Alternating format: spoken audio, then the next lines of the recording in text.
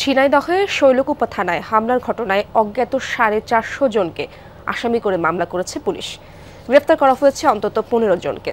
রোববার রাতে পুলিশ বাদী হয়ে মামলা দায়ের করে। স্থানীয়রা জানায়, উপজেলা নির্বাচন পরবর্তী সহিংসতার মামলায় ধাওড়া গ্রামের বাসিন্দা মুস্তাক শিকদারকে গ্রেফতার করে পুলিশ। মুস্তাক ক্ষমতাসীন দলের রাজনীতির সাথে যুক্ত। তাকে গ্রেফতারের খবরে উত্তেজনা ছড়ায় কর্মী সমর্থকদের মধ্যে। শৈলকুপা থানা ঘেরাও করে বিক্ষুব্ধরা। এক পর্যায়ে জড়ায় পুলিশের সাথে সংঘর্ষে। পরিস্থিতি নিয়ন্ত্রণে টিয়ারশেল ও গুলি ছোড়ে পুলিশ। সংঘর্ষে কয়েকজন পুলিশ সদস্য সহ আহত হয়েছেন অন্তত 30 জন।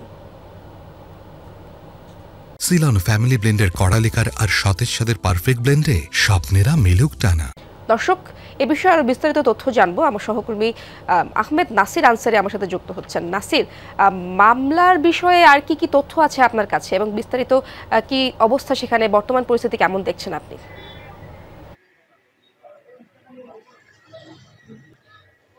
ইশরাত, গতকালকে ঠিক 3টে থেকে 3:10-15 দিকে কিন্তু এইখান থেকেই কিন্তু এই রাস্তা দিয়ে কিন্তু সেই উত্তেজিত জনতা তারা কিন্তু এসে থানায় কিন্তু হামলা করে। এর ঠিক পেছনেই কিন্তু থানা, শৈলকুপা থানা অবস্থিত এবং সেখানে কিন্তু তারা প্রথমে থানার গেটে হামলা করে এবং সেই গেটে তারা ঢোকার চেষ্টা করে। সেখানে প্রায় 3 থেকে 350 বা তারও বেশি লোক ছিল বলে পুলিশের দাবি করেছে এবং এখান থেকে তারা ইটপাটকেল নিক্ষেপ করে এবং পুলিশের উপরে হামলা করে। তাদের হাতে ছিল লাঠি থেকে বিভিন্ন ধরনের দেশীয় অস্ত্রশস্ত্র তারা সজ্জিত ছিল।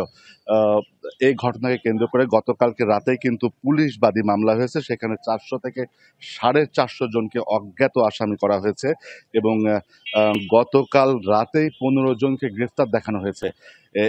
এই মামলার আপডেটটা আপাতত আছে এই অবস্থায়। আপনারা দেখতে পাচ্ছেন যে ঝিনাইদহ শৈলকুপায় কিভাবে উত্তেজিত জনতা বলেন বা আমরা যেটা জানতে পেরেছি যে ঝিনাইদহের শৈলকুপার ধলহরা চন্দ্র ইউনিয়নের ধাওড়া গ্রাম থেকে মূলত লোকজনগুলো আসে এবং এখানে একজন আসামিকে ছিনিয়ে নেওয়াকে কেন্দ্র করে আসামিকে অ্যারেস্ট করা হয়। সেই আসামিকে ছিনিয়ে নিতে কিন্তু তারা পরবর্তীতে থানায় আসে।